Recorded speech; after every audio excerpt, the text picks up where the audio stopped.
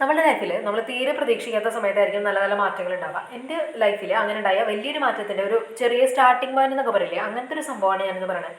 2ാം class വരെ ഞാൻ സ്കൂളിൽ പോകണു, തിരിച്ചു വരണു, പിന്നെയും സ്കൂളിൽ പോകണു. ഈ ഒരു പാറ്റേണിലാണ് എൻ്റെ ലൈഫ് പോയിക്കൊണ്ടിരുന്നത്. എക്സ്ട്രാ യാതൊരുവിധ കാര്യങ്ങളുമില്ല.